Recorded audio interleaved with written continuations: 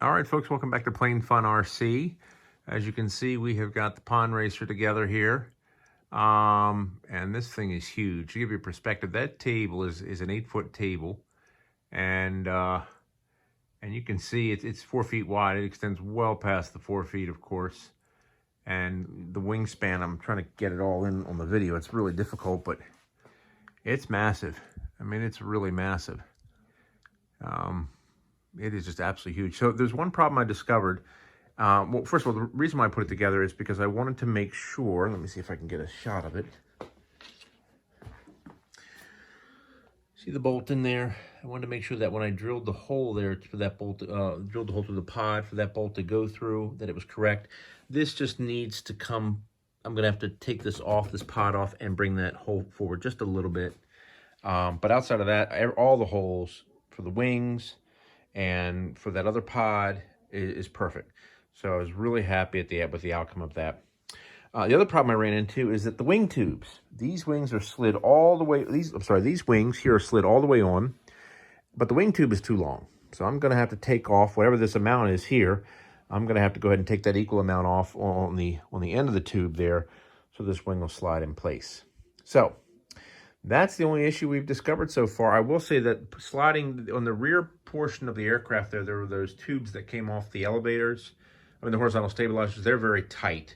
I may have to open those holes up just a tiny bit so they slide in a little easier, because that was really difficult to get on. But you can see it there. I'm going to see it with the cowlings and everything as well. Those cowlings with the cheeks. And like I said, of course, the full scale didn't have those cheeks at all, but I don't mind them. It just means extra cooling for the motors and the batteries and the ESCs. But man, this thing is big. It is really big. So right now, once we get those holes checked and get that tube cut, there's not a lot more to do per se. I think at this point we may even start looking at possibly getting it painted, because everything else that needs to be done in terms of the installation of the motors and the gear, that needs to be done after the plane is painted. So we are looking very, very good and getting very close to the end of this project. But man, I'll tell you, if you can, I would strongly encourage you to get this plane, because it is just absolutely amazing, and it is just the coolest looking thing in the world. Let me step back a little bit. Oh.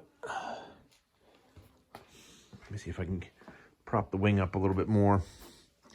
That's not much, but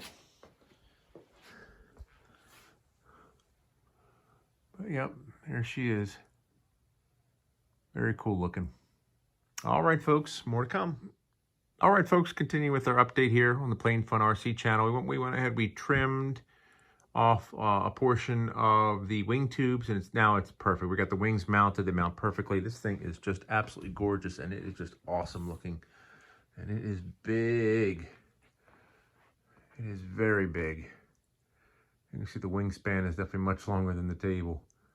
I mean, I knew this plane was big, but boy, my God, when it's together, it is definitely the biggest. And I've got a 46% Hangar 9 Ultimate sitting up here.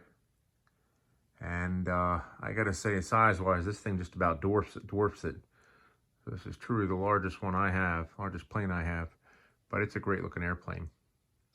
So I think now we're going to start reaching out to those that are going to do the painting, as I mentioned previously, and we'll see where we go from here. So more to come.